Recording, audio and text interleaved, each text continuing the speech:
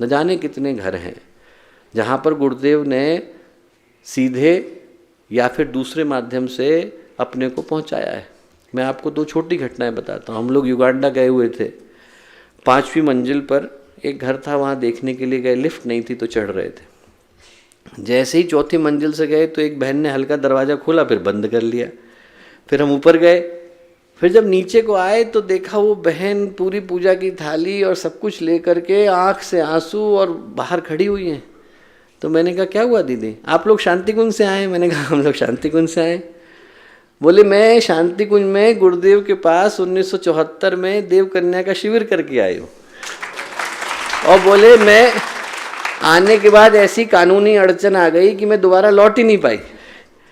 तो बोले मैं तब से आज तक यही प्रतीक्षा करती थी कि एक बार मुझे शांति कुंज ले जाएं। और बोले आप लोगों को देखा तो मुझे भरोसा नहीं हुआ, तो अंदर ले गई। उनके कमरे में जगह जगह पर गुरुदेव के फोटो, एक एक कोने पर गुरुदेव के फोटो। गुरुदेव ने जो बीज बोए हैं दोस्तों, वो अद्भुत बोए हैं। हम लोगों को तो सिर्फ पहुंचने की आवश्यकता है। मैं लंदन में था, कैम्ब्रिज में था, हमारे साथ एक लड़का था, वो बोला कि उसकी दादी है, वो ब्रिटिश था, तो बोला कि मेरी दादी है, बेटी नाम थी। बोले वो 1940 के करीब भारत में पोस्टेड थी, और बोले तब से उसके अंदर जो है भाव आ गया गायत्री मंत्र सुनने का। तो बोले गायत्री मंत्र बोलती हैं, अब उनका अंतिम समय है। तो बोले वो बिल्कुल डेथ बेड पर हैं, आपको यदि दिक्कत नहीं हो तो आप आकर के गायत्री मंत्र बोल दो। मैंने कहा मेरे को तो बहुत खुशी होगी। मैं गया तो मैंने जैसे ही गायत्री मंत्र बोलना शुरू किया, वहाँ पर एक अफ्रीकन नर्स थी, उसने भी साथ में बोलना शुरू कर दिया। तो मुझे बड़ा आश्चर्य हुआ। गायत्री मंत्र पूरा हुआ तो मैंने उनसे पूछा, मैंने कहा आपने कहाँ से सीखा?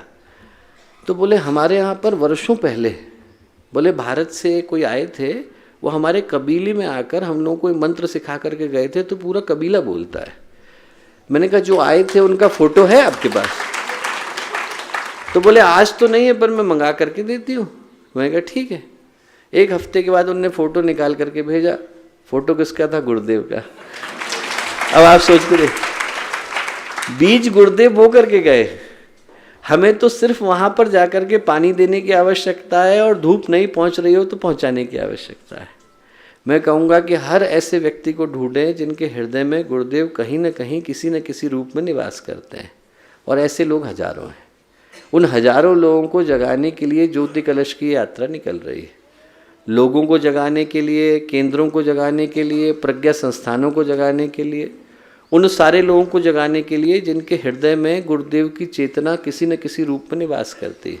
हम लोग खुद अपने यदि एड्रेस बुक को उठा करके देखेंगे तो 50 ऐसे लोगों को पाएंगे जो कभी बहुत सक्रिय थे पर अभी किसी कारण से उतने गतिशील नहीं। उनको जगाने की आवश्यकता है।